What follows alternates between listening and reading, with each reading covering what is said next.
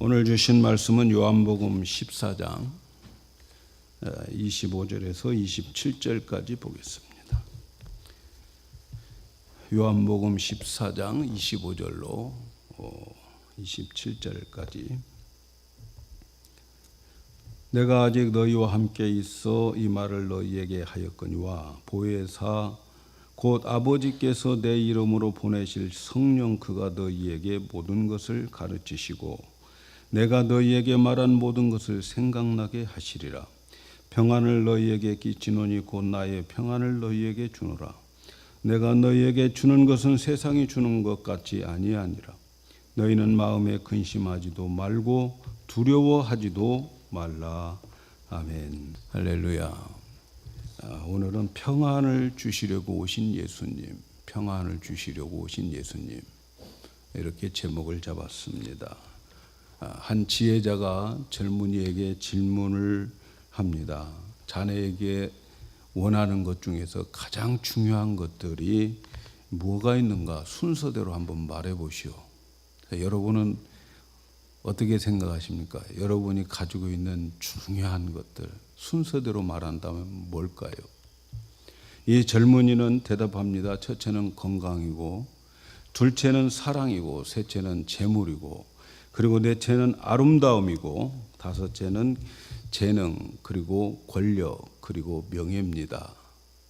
이렇게 대답을 했다고 그래요.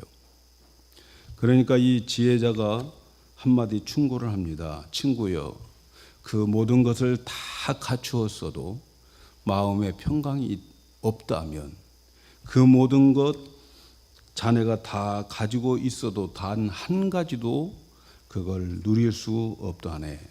이렇게 대답했어요. 어떻습니까, 여러분? 우리가 아무리 건강하고 또 궁궐 같은 집에서 살고 있어도 아름답고 또 능력이 있고 또 세상을 휘어 잡는 권력이 우리에게 있다 하더라도 정말 마음의 평안이 없으면 그 모든 거 아무 소용없어요. 마음의 평안이 있어야 돼요. 마음의 평안이 없으면 절대로 행복할 수가 없어요. 다 있어도 평안이 최고입니다. 예수님은 우리에게 바로 이 평안을 주시기 위해서 오셨어요. 그래서 예수님이 말구유에 태어나실 때에 천사들이 외쳤어요. 지극히 높은 곳에는 하나님께 영광이요, 이 땅에서는 그 기뻐하심을 입은 자들에게 평화로다. 평화의 왕으로 예수님 오셨어요. 평화를 주시려고 예수님이 오셨어요. 예수님 십자가에서 돌아가시고 부활하시고 제자들을 만난 후에 첫 마디가 너희에게 평안이 있느냐? 이렇게 질문합니다. 아마 다시 오실 예수님 우리 만나서 하실 말씀도 너희에게 평안을 주노라, 그렇게 말씀하실 거예요. 예수님은 평화를 주기 위해서 오셨습니다. 오늘 말씀 27절에 보면 우리에게 평안을 주시겠다고 그랬어요. 평안을 너희에게 끼치노라. 곧 나의 평안이니. 내가 너희에게 주는 것은 세상이 주는 것과 같지 않다. 너는 마음에 근심도 하지 말고 두려워도 하지 말라.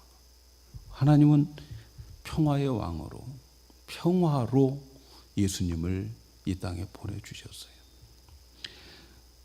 예수님께서 나의 평안을 너희에게 주노라, 이렇게 말씀하셨어요. 예수님은 평화를 가지고 있다는 거죠.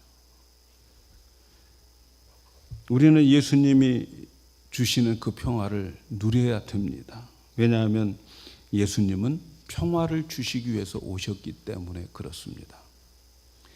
오늘 27절 말씀에 우리가 생각해 보면 첫째는 예수님의 마음에 평안이 있었는데 어떤 상태, 어떤 평화를 가지고 있었느냐 하는 것을 우리가 생각해 봐야 됩니다. 나의 평안을 너희에게 주노라. 예수님은 이 땅에 오시면서 늘 평안하셨다. 우리는 예수님이 가지고 누렸던 그 평안을 오늘 여러분 마음에 가득가득 담고 가시기를 축복합니다. 우리는 먼저 예수님이 이 말씀을 하시는 주님의 처지를 한번 생각해 보세요. 여러분 요한복음 14장부터는 고별 설교를 합니다. 이제 예수님이 십자가에서 죽고 떠나게 되는 그런 설교예요. 마지막 설교를 하는 거예요. 불과 몇 시간 후에 이제 예수님은 이 설교를 하고 체포되고 십자가에서 죽어야 할 운명을 가지고 계시죠. 십자가에서 죽어야 해요. 인간적인 것으로 생각하면 지금 모든 고난과 능력과 고통과 그리고 죽음이 눈앞에 둔 처지에 있어요. 그런데 예수님은 나의 평안을 너에게 준다는 거죠. 십자가는 점점 다가오고 이제 조금 있으면 이 12 제자들 그렇게 3년 동안 가르쳤지만 다 흩어져 버릴 제자들, 그리고 그 제자들 속에 자기를 배반할 가룟 유다도 함께 있는 그 상황. 인간적으로 보면 모든 평안이 없어요. 인간적으로 생각해 보면 기쁨과 평안을 얻을 일이 전혀 없어요. 십자가 기다리지, 다 흩어질 제자들, 배신할 제자들, 이제 십자가에서 죽어야 할 자기의 운명. 여러분 그런 마음에 주님이 말씀하시는 거예요. 내게 있는 평안을 너에게 준다. 그런 상황에 있어도 예수님이 가지고 계시는 평안 있다는 거죠. 있다는 거. 우리 같으면 벌써 거기 가기 전에 다 심장병 걸려서 다 쓰러졌을 거예요. 이머전시 타고 다 응급실에 갈 사람들 많을 거예요. 그런데 여러분 그런 상황에 예수님은 평안이 있다는 거예요. 그래서 예수님은 이 세상의 어떤 환경 속에 처해 있든지 예수님은 평안을 가지고 있었다. 여러분 부럽지 않습니까? 어느 날 예수님께서 자기 제자들과 함께 갈릴리 호숫가에서 건너편으로 가자 하고 배를 탔어요. 배를 타고 예수님 너무 피곤해서 배에서 주무신 거죠. 그런데 배에서 주무시는 동안에 광풍이 몰아닥쳐서 그 호수를 막 때리면서 물이 배 안으로 가득 차서 곧 침몰 직전에 있었어요. 그런데 성경은 예수님은 배 안에서 그 광풍 속에서 주무셨다는 거죠. 주무셨다는 게 뭐예요? 평안을 가지고 계셨다 하는 거죠. 광풍 가운데 누리는 평안, 주님이 가지시고 계시는 평안이었어요. 예수님이 주시는 평안은 고난도 없고 문제도 없고 아무런 어려움도 없는 그런 평안이 아니라 큰 환난 문제 속에서 평안을 누릴 수 있는 그 평안을 오늘 우리 보고 주시겠다는 거죠. 우리 보고 가지라는 거죠. 여러분 우리는 세상을 바라보면 바람잘lat 없어요. 어떤 사람들인지 보면 다 문제없는 집이 없어요. 여러분 나폴레옹이 센트 헤르나 섬에서 유배 생활을 할 때에 어떤 분이 찾아가서 조용히 물었답니다. 폐하, 지나온 날을 회상할 때 살아온 생애 가운데 행복한 날이 얼마나 됩니까? 물었다고 그래요. 나폴레옹이 잠시 눈을 감고 과거를 회상하는 듯 하면서 이런 말을 했습니다. 나의 전 생애에서 행복한 날은 단 일주일도 되지 않았다. 이렇게 말합니다. 그 유명한 그 영웅인 나폴레옹의 인생에 있어서 자기에게 행복했던 시절은 일주일도 안 됐다는 거예요. 그러면서 하는 말이 오대양에 넘실거리는 파도는 세상에 지나가는 오고 간 모든 사람들의 눈물이고 육지에 불어대는 저 바람 소리는 살아가는 인생들의 한숨 소리다. 여러분 어떻습니까? 이렇게 사람은 저마다 평화롭게 살기를 원하지만 우리에게 정작 평화가 없어요. 우리에게 평화가 없어요.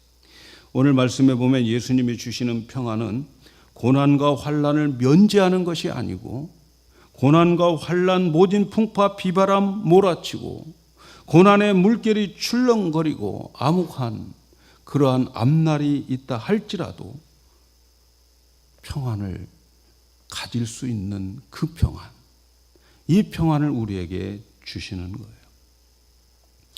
예수님의 평안은 십자가를 눈앞에 두고 누린 평화였어요.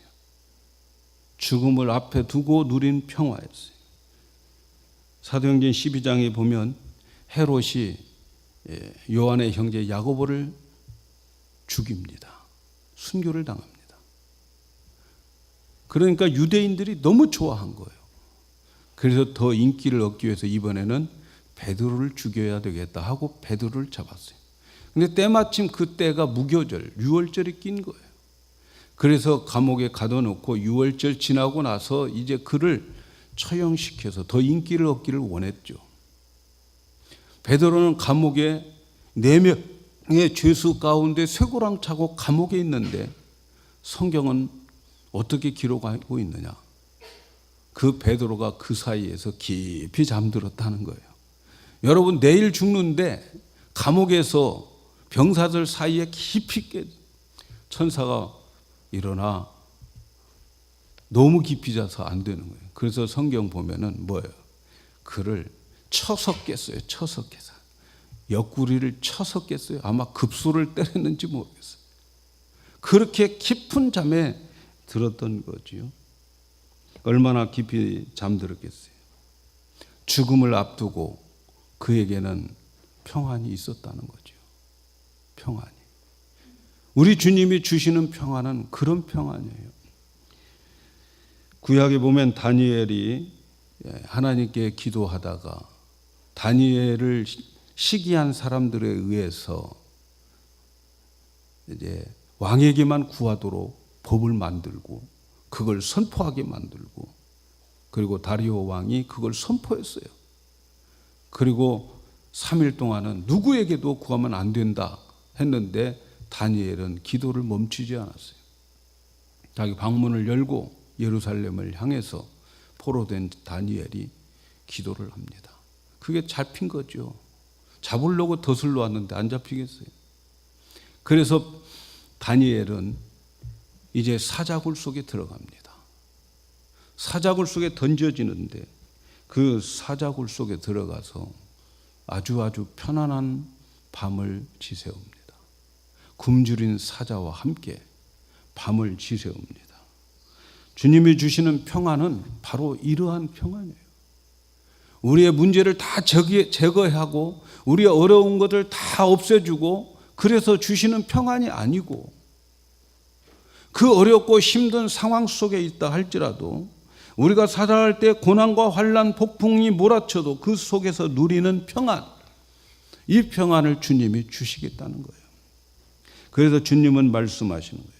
내가 주는 평안은 세상이 주는 것과 같지 않다. 이 말씀 속에 무슨 의미가 있어요? 세상에서도 어떤 평안을 얻을 수 있다는 거예요. 여러분 세상이 전부 다 불안하면 어떻게 살겠어요? 그러나 이 세상 사람들이 추구하는 평안도 있어요. 그래서 그들을 나름대로 누리는 게 있다는 거죠. 세상에서 주는 평안 있는데 주로 그 평안은 소유에 있습니다. 소유에. 돈이 있어야 평안합니다. 집이 있어야 평안합니다. 건강도 있어야 편안하죠. 지위가 있어야 편안하다고 생각합니다. 그런 것 있어야 편안하다. 그래서 그 소유를 갖기 위해서 얼마나 노력들 합니까? 그러나 돈 많다고 지위가 높고 건강하다고 편안한 거 아니에요. 돈 많은 사람들은 돈 더 불리려고 불안하고요. 그 돈 지키는데 불안하고요. 평안이 별로 없어요, 여러분. 돈 많은 사람들 평안할 것 같지만 물어보세요. 그 안에 평안은 없습니다. 높은 지위 가지고 있는 사람들 평안할 것 같습니까?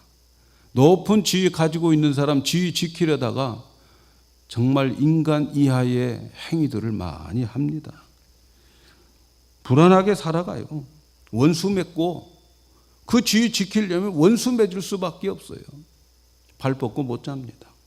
대통령 되고 나서, 우리나라 대통령 되고 나서 발 뻗고 자는 대통령 있겠어요? 네. 어느 대통령 장담 못해요.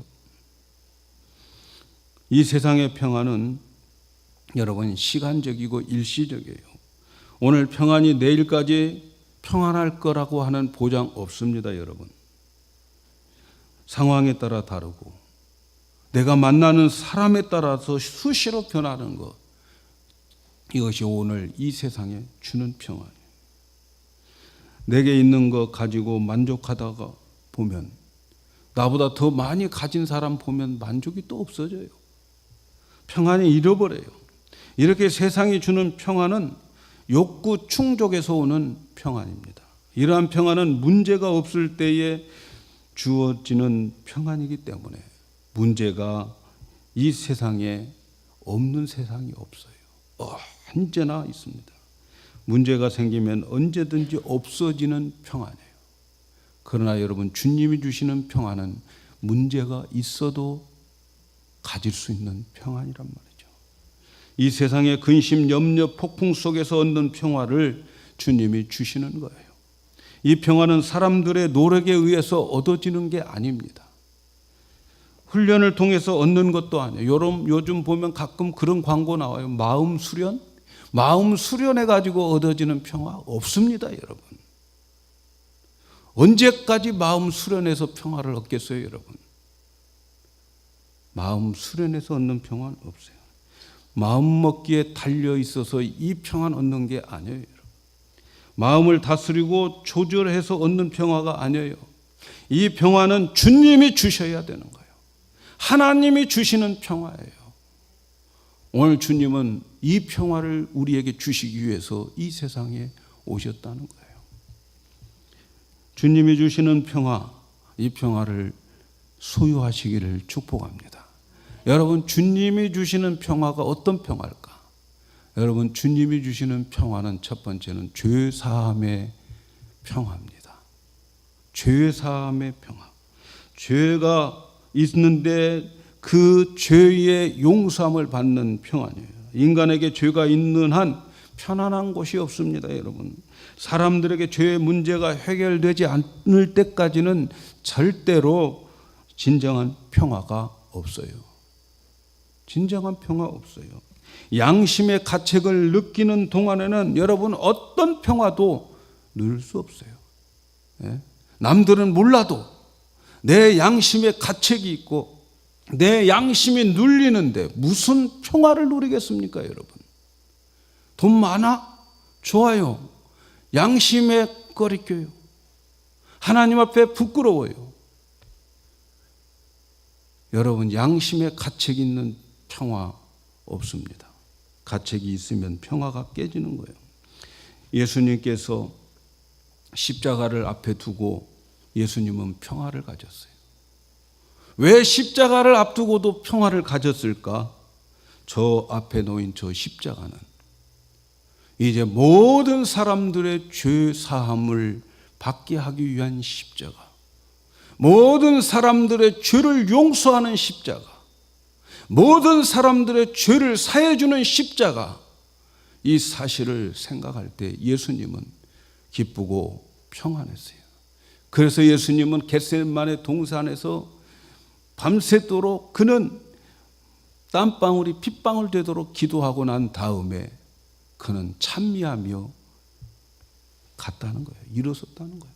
찬송하며 일어섰다는 거예요. 저 십자가는 죄를 사해주는 십자가, 그걸 주님이 지시고 그 모든 인간들의 죄가 하나님 앞에 용서받았다고 하는 그 기쁨, 그 확신, 하나님 앞에 의롭다고 하시는 그 평안의 십자가를 지신 거예요. 예수님의 십자가가 나의 모든 죄를 해결해 주심을 믿고 십자가에서 흘린 보혈이 나의 죄를 씻겨 주셨다고 하는 사실을 믿으면 여러분 나에게 참 평안이 있어요. 여러분 이 세상에서 우리들은 많은 문제들이 있어요. 근데 이렇게 다 인간들의 살아가는 모습을 보면 어떤 사람들의 그 걱정, 근심은 저 사람에 비하면 아무것도 아니에요, 여러분. 인간들의 모든 걱정, 근심은 더 큰 것을 덜 만나서 그러는 거예요, 여러분. 예? 지금 아파서, 지금 사업이 안 돼서, 지금 내가 원하는 대로 안 돼서 이 걱정들이 있죠. 이보다 더 큰 걱정 만나면 그건 아무것도 아니에요. 여러분 인생에 있어서 제일 큰 문제가 뭐예요? 제일 큰 걱정이 뭐예요? 죽고 난 다음에 지옥 간다는 거예요. 그런데 여러분 우리가 이 세상에 살면서 내가 어떻게 살아도 내가 예수 그리스도를 믿고 그분 믿음으로 언제 어떤 모습으로 죽어도 내가 천국 간다고 하는 그 큰 기쁨과 그 큰 문제가 해결되면 여러분 인생에 있어서 문제 별것 아닌 거 아니겠습니까, 여러분? 오늘 나에게 주어진 인생들 작은 것 때문에 지금까지 받은 그 큰 은혜들 다 쏟아버리는데 여러분 지금 만난 문제보다 더 큰 문제가 나에게 있다면 여러분 어떻게 하겠어요?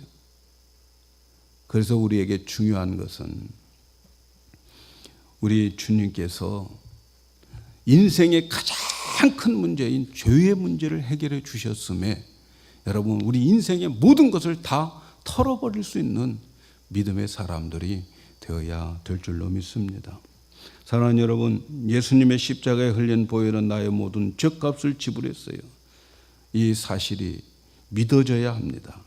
그런데 이 사실이 믿어지게 하시는 분은 하나님이시라는 거죠. 하나님이 믿음을 주셔야 돼요.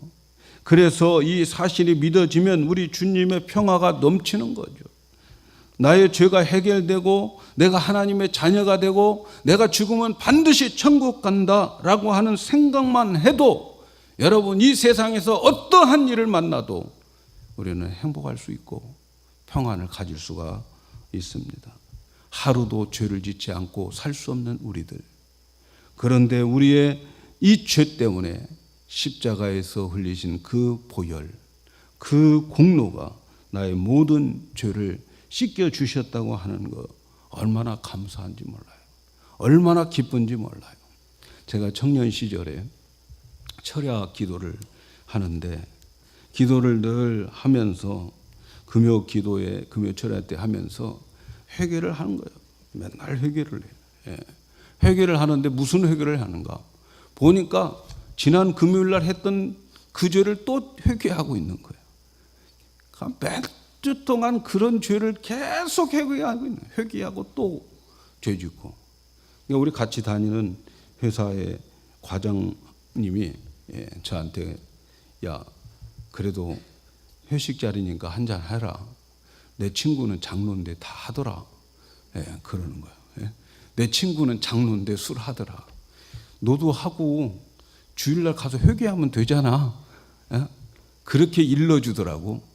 그러니까 그 말이 꼭 나에게 해당되더라고. 금요일날 기도할 때 회개할 때 보니까 또 죄짓고 또 회개하고 또 죄짓고 또 회개하고 그런 나의 모습을 보면서 참 한심하다는 생각이 들더라고 제자. 그런데 그때에 내 마음에 너는 그런 놈이야 이런 음성이 들리는 거야. 아, 나는 이런 놈이구나. 그러면서 그 다음에 어떤 생각이 드냐면 그러니까 예수님이 오셨지. 그때 말이죠. 저는 정말 우주의 방망이로 한 대 맞은 것 같더라고. 너무 그때에 제가 아주 정말 그때 십자가의 그 예수님이 이렇게 나에게 평안함을 주는구나. 그렇지. 그러니까 예수님이 오셔야 됐고 그리고 그 예수님이 그래서 오셨구나. 나 같은 놈 때문에 오셨구나. 어디 여러분 나 같은 놈이 나 혼자밖에 없습니까? 예? 나 같은 놈이 나 혼자밖에 없어요. 저는 그때에 예수님의 십자가 그리고 그 십자가를 안다고 하는 자체 그 십자가 믿어진다고 하는 자체가 얼마나 감격한지 제가 그때부터 십자가가 기독교다 이런 생각을 했어요. 그래서 제가 미국에 건너와 가지고 주보에다가 우리 교회 영구 표호 그래가지고 제가 뭐라고 썼냐면 오직 예수와 십자가. 교회는 오직 예수와 십자가만을 전하는 것이 되어야 되겠구나. 그러면서 그때 제가 마음에 이 사실, 예수와 십자가의 이 사실이 믿어짐으로 내가 하나님 앞에 의롭다함을 얻는 그때의 그 감격 생각하면서 아하, 세상에 이렇게 예수와 십자가 몰라서 죽어가는 사람들이 얼마나 많은가. 예수와 십자가 이 간단한 진리를 알고 믿어지는 사람들, 하나님 앞에서 이런 죄인에게 주시는 평안이 넘치는구나.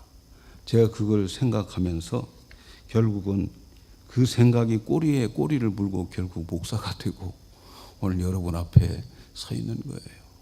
사랑하는 여러분, 우리가 모든 것 다 가지고 있어도 양심의 가책이 있고 죄책감이 있는 한 평안은 없어요. 그런데 이 모든 죄를 대신해서 주님이 십자가에서 죽으시고 하나님이 그 예수님을 내어준 사랑이 내게 넘치면 내 영혼 깊은 곳에서 정말 평화가 울려 퍼집니다. 이 평화는 하늘에서 내려온 평화고 이 평화는 하나님이 주신 평화인 거예요. 여러분, 이 평화는 내가 마음 잘 먹어서 얻는 평화 아니에요. 내 마음을 잘 수련해서 얻는 평화가 아니고 하나님의 선물인 것을 믿으시기를 바랍니다. 두 번째, 이 평화는 성령님이 주시는 평화였어요. 오늘 말씀 26절에 보혜사 곧 아버지께서 내 이름으로 보내실 성령 그가 너희에게 모든 것을 가르치고 내가 너희에게 말한 모든 것을 생각나게 하리라. 성령님이 주셔야 되는 거죠. 보혜사 성령님이라고 했어요. 보혜사라고 하는 말은 위로자, 변호자, 나를 돕는 자라는 뜻이에요. 성령님은 그렇게 오신다는 거예요. 보혜사 성령님이 오시면 모든 것을 가르쳐서 생각나게 해주신다고 말씀합니다. 여러분, 내가 환난 가운데 있어서 성령님이 오셔서 그 환난의 의미를 가르쳐 주는 거예요. 하나님의 뜻을 알게 해주신다는 거예요. 하나님의 세계를 알게 해주신다는 거예요. 성령님이 그렇게 알게 해주셔야 마음의 평강을 얻습니다. 우리가 불안한 이유는 왜 그럴까요? 여러분, 오늘날 우리가 인생을 살아가면서 불안한 이유가 뭘까요? 잘 모르니까 두렵고 불안한 거예요. 내일의 정답을 안다면 오늘 우리에게 어떤 고난이 있어도 우리는 행복할 수 있고 감사할 수 있고 평안할 수 있어요. 그런데 내일을 몰라요. 그런데 성령님은 내일을 가르쳐 주는 거예요. 하나님의 뜻을 가르쳐 줘요. 하나님이 원하는 것이 무엇인가를 우리에게 가르쳐 줍니다. 여러분, 가끔 우리는 녹화된 그 축구 경기나 또 테니스 경기를 봅니다. 누가 이겼는지 다 알고 봅니다, 여러분. 내가 원하는 사람이 이겼어요. 그러면서 봅니다. 그렇지만 내가 아는 사람이 지고 자꾸 넘어지고 이래도 마음은 평안합니다. 왜요? 내가 그 경기의 결과를 아니까요. 사랑하는 여러분, 우리가 살아가는 이 인생길에 있어서 나의 인생의 끝이 해피엔딩이라고 하는 사실을 믿고 거기에 하나님이 나를 능력으로 이끌어 주시고 사랑으로 이끌어 주신다고 하는 사실을 안다면 여러분, 우리는 평화를 얻습니다. 그런데 그렇게 알게 하시는 분이 누군가? 성령님이 그렇게 알게 해 주십니다. 우리가 불안한 것은 모르니까 그러는 거예요. 그래서 우리는 성령님을 자꾸 충만함을 받으셔야 돼요. 성령님께서 우리에게 말씀으로 자꾸 깨닫게 해주시니까 말씀도 열심히 공부하고 그래야 돼요. 왜? 그분이 생각나게 해주시기 때문에. 여러분, 오늘 들었던 말씀, 이 시간에 들었던 말씀 다 기억 못합니다. 그러나 여러분, 들었던 말씀들을 성령님께서 어느 순간에 다 깨닫게 해주시고 생각나게 해주신다는 사실을 믿으세요.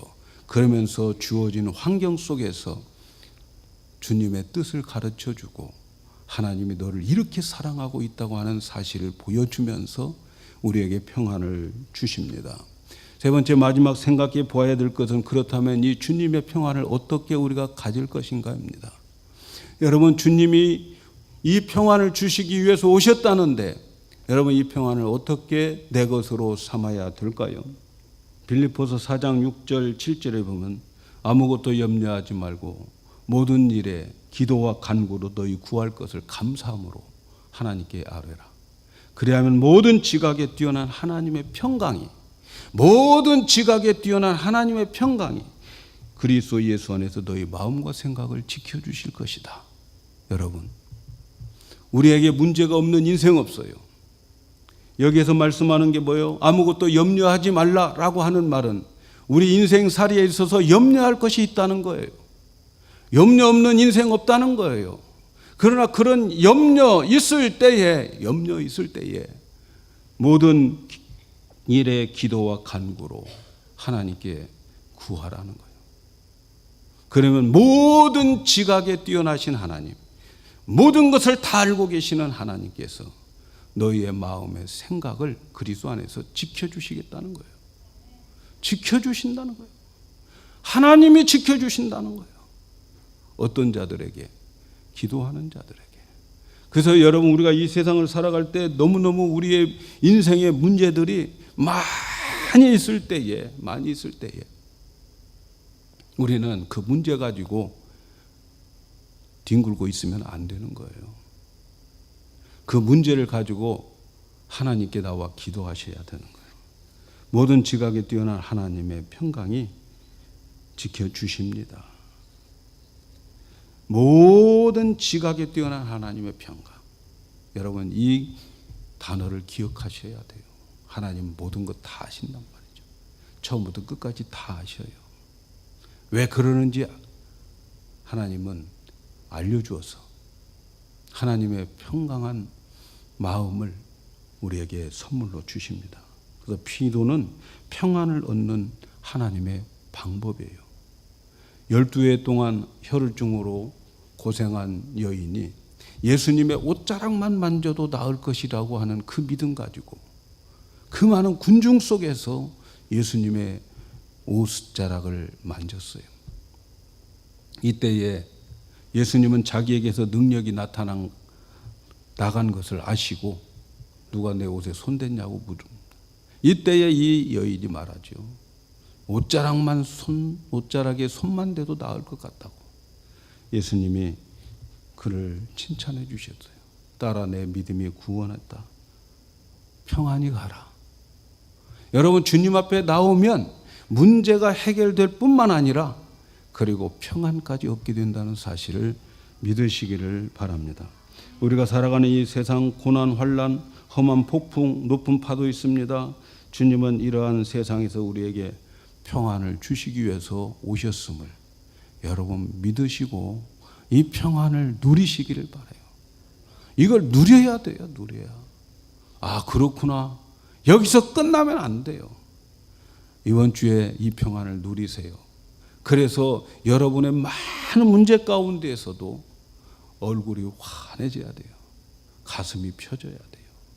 그리고 그 주님이 함께 하심을 느껴야 돼요. 그런 느낌을 경험한 자들이 다음 주에 나와서 예배 드리는 거예요. 일주일 동안 그 평안, 그 사랑 깨닫지도 못하고 어떻게 우리가 하나님 앞에 나와서 예배 드립니까? 그것은 형식적인 예배가 될 수 있어요.